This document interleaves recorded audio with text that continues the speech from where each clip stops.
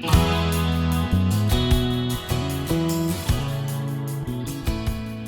everyone, and welcome to the 13 Days of Halloween Inspiration. So what I want to inspire you with is these milk carton treat boxes.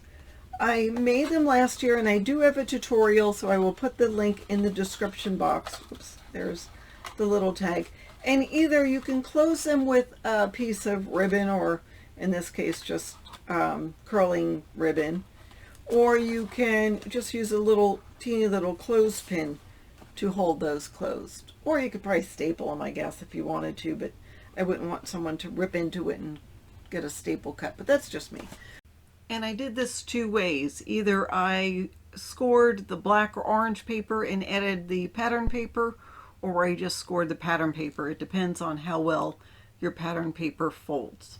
And again, these are a great way to use up items from your stash, you know, any of the Halloween paper that you have, and a good way to hand out trick-or-treat boxes.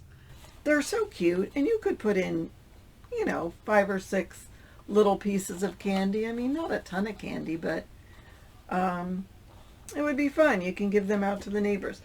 I mean, if you had 200 people coming, it might be labor intensive, but, or for a party.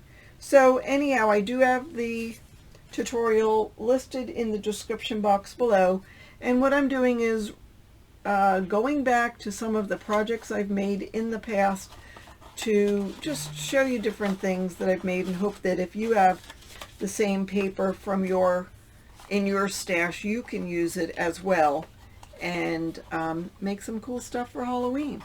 There is still time. So thanks so much for watching. I hope you have a fabulous day.